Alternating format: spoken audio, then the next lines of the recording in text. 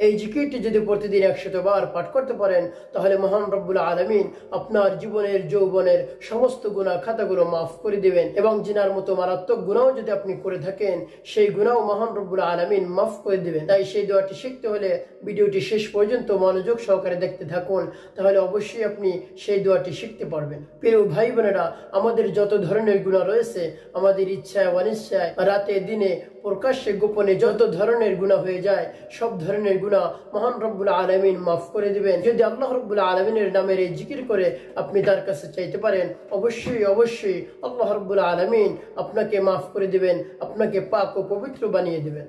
প্রিয় ভাই বোনেরা, আল্লাহর হাবিব সাল্লাল্লাহু আলাইহি সাল্লাম বলেছেন, কাহার গুনাহ যদি পাহাড় সমান পরিমাণ হয় তাহলে মহান রব্বুল আলামিন তাও মাফ করে দিবেন।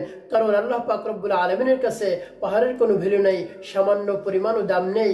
এই জন্য আল্লাহ রব্বুল আলামিন আপনার গুনাহ মাফ করে দিবেন। এবং যদি আপনার গুনাহ সাগরের ফেনার চেয়েও বেশি হয় তাহলে আল্লাহ রব্বুল আলামিন মাফ করে দিবেন। তার কারণ সাগরের ফেনার কোনো দাম আল্লাহ রব্বুল আলামিনের কাছে নেই।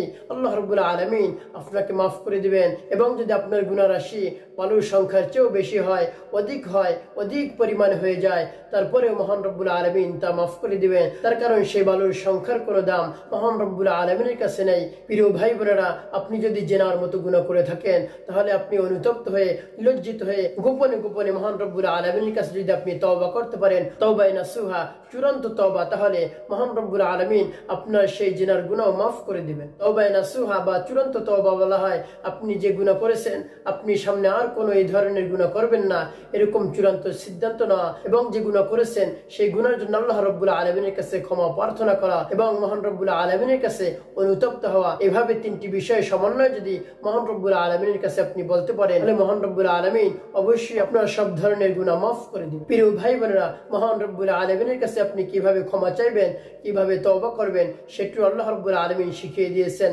আল্লাহ রব্বুল আলামিন বলেন, ইস্তাগফিরু রাব্বাকুম সুম্মা তুবু ইলাইহি। বান্দা, তোমার যখন অন্যায় হয়ে যায়, অপরাধ হয়ে যায়, তুমি গুনাহ করে ফেলো, তখন তুমি সর্বপ্রথম আমার কাছে মাফ চাও, আমার কাছে সারেন্ডার করো। তারপরে আল্লাহ রাব্বুল আলামিন বলেন, সুম্মা তুবু ইলাইহি, অতঃপর তুমি আমার কাছে তওবা করো, চূড়ান্ত তওবা করো, তাহলে আমি রব্বুল আলামিন তোমার জীবনের সমস্ত গুনাহ খাতাগুলো মাফ করে দেই।